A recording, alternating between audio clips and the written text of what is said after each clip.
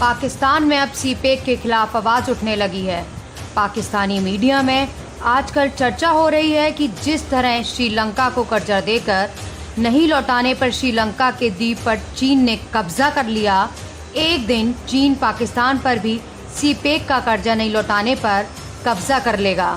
न सिर्फ बल्कि पूरी दुनिया के लिए, पूरे खित्ते के लिए गेम चेंजर मंसूबा कहा जा रहा था, आजकल कंट्रोवर्सी की जद में है। और आप मुझे खास तौर पर यह बताइएगा कि ऐसे मौके पर जबकि अभी तानवी अखबार के जो दावे हैं कि सीपेक मंसूबे के हवाले से हुकूमत वक्त अब नजरसानी करने जा रही है और चीन इस पर मुत्तफिक है, आपकी क्या राय है? अब सवाल यह है कि पहले हमें हमेशा पूरी पाकिस्तानी कौम को कहा गया कि चाइनीज इन्वेस्टमेंट कर रहे हैं, जैसे ग्रांट एक ग्राटेक के तोहफा दे रहे हैं हमको, ताकि पाकिस्तान डेवलप हो और उसके बाद उनका 1.4 ट्रिलियन डॉलर साल की ट्रेड उनकी यहां से गुजरे।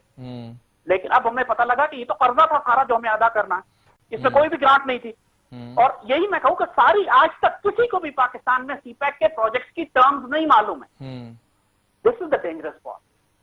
अच्छा, मुझे और अभी चाइना, अभी आपको मिसाल दें, श्रीलंका में एग्जैक्टली यही केस हो चुका है कि श्रीलंका ने अपनी पूरी एक बंदरगाह गवादर जैसी जो है वो चाइना के हवाले कर दी, कि जिसको चाइना ने सीपैक जैसे एक मंसूबे के तहत डेवलप किया था, और चाइना और श्रीलंका कर्जा नहीं अदा कर सका तो चाइना ने टेक ओवर कर लिया श्रीलंकन पोर्ट को। जबकि पब्लिक में जो बातें सामने आ रही है वो हमें खौफजदा कर रही है। हमें ये कहा जा रहा है कि 91% प्रॉफिट गवादर के चाइना को जाएंगे और 9% सिर्फ गवादर डेवलपमेंट अथॉरिटी के पास आएंगे। अगर इस तरह की टर्म्स हैं, then this is a sell of.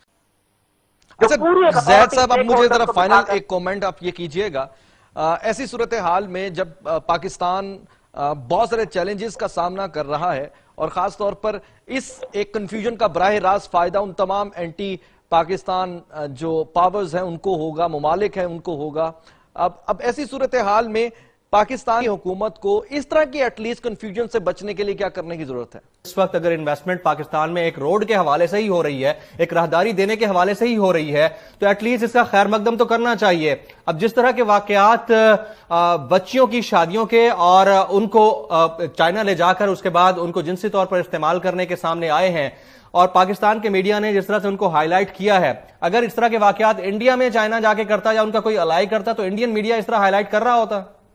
Hamid साहब, देखिए जमील, बात यह है जी कि एस्टिमेट यह है कि 1 करोड़ चाइनीज पाकिस्तान में आकर सेटल होंगे सीपैक रूट के ऊपर अगले 5-6 साल 10 साल के अंदर जी। 1 करोड़ चाइनीज।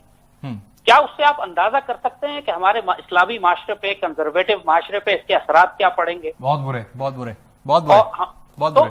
ये बात तो हमें कुछ कहने की जरूरत नहीं है, एवरीबॉडी नोज़। आप कुत्ते खाएंगे, बिल्लियां खाएंगे, सुअर खाएंगे, फिर वो आपका जो आपकी वाइल्ड लाइफ है वो तबाह कर देंगे, वो भी खत्म हो जाएगी। तफरीका है ना जी, बिल्कुल। तो आपको यही बात कि इल्लामा इकबाल ने जो बात कही थी, इस रिस्क से मौत अच्छी जिस रिस्क से आती हो परवाज में कोताही।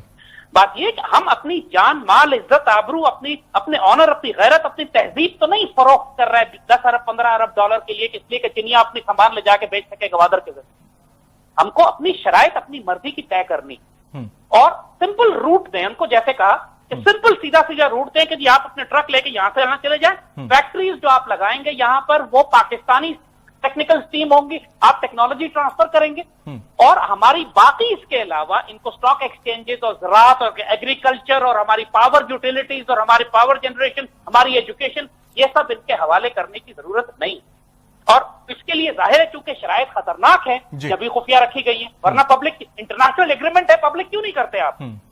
और सीपैक अथॉरिटी क्यों नहीं बनाते? सीपैक अथॉरिटी का मतलब है कि उसके अंदर आर्म फोर्सेस के, ISI के, कोस्ट गार्ड के, हाईवे अथॉरिटी के, port, Karachi port, Pakistani ports के, सब इदारों के नुमाइंदे हों, ताकि वो मिलकर एक नेशनल प्लान बनाकर चाइना से नेगोशिएट करें। अभी खुफिया तौर पर एक प्राइम मिनिस्टर पिछली हुकूमत का या इस हुकूमत की फाइनेंस मिनिस्ट्री जो डील कर रही है, ये फिर शक पैदा करती है। और जो चीजें सामने आ रही हैं वो इतनी खतरनाक हैं